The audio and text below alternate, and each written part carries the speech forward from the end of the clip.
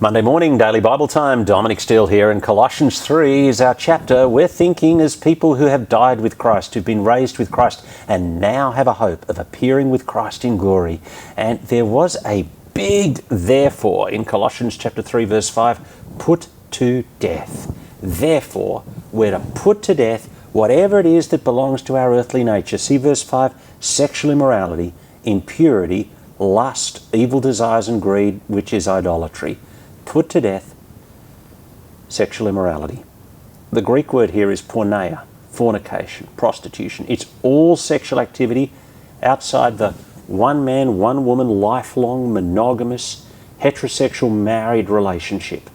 Now, one of the things I love about our church, Village Church, is we have so many people in our church who have turned to Christ as adults. Lots and lots of people have become Christians as adults. And one of the complexities when you've come to Christ as an adult, that lots and lots of people have profoundly damaged themselves sexually in the past prior to coming to Christ. And I have a very significant number of conversations with people about hurt caused by past sex. And somebody on an Introducing God course, they were asking me the other day, question, where does the Bible speak against sex outside heterosexual marriage? Answer, Colossians 3:5, put to death sexual immorality. Cut it off. A number of us have struggled with this, and here's the challenge. If you have genuinely been raised with Christ, if you are genuinely setting your heart on the things above, then you will say, I will follow you, Christ, wherever you'd have me walk. And today Christ says, kill sexual immorality, put it to death. And God's word to you, kill it, stop it, stop sexual immorality.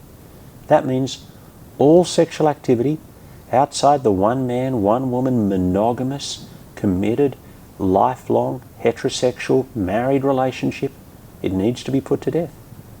Heterosexual sex outside marriage needs to stop.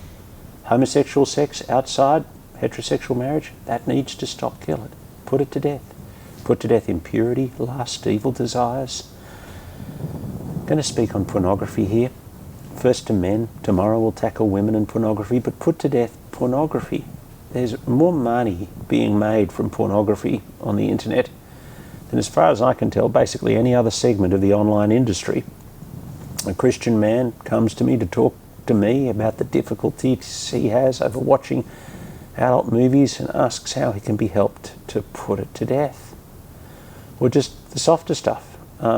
It could be an ad, or it could be everywhere you look. There are pictures of women using sex to sell different things. Buy this car and implicitly you get me as well. Buy this ice cream and implicitly you get me as well.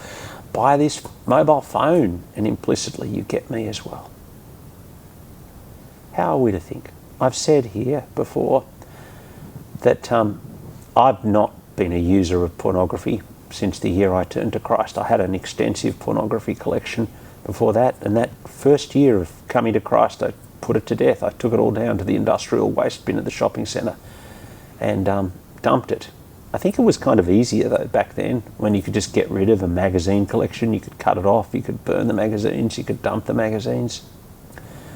How do you put it to death in this world of the internet? There are filters that you can apply, but even if that doesn't work, some have said, look, I'm not going to have computers and smartphones unsupervised. They might have a computer, have a browser at work where you're in an open plan office area or a supervised environment, but they think at home, whatever the browser is, they've taken it off their computer, they've taken it off their device, they don't have the password to that account. You say, but Dominic, how can you live in a life without a web browser? Well, if you have a thought, image world of impurity, lust, of evil desires, God says, cut it off, put it to death. It's what you need to do. You need to think creatively about how to do that. More tomorrow on Daily Bible Time.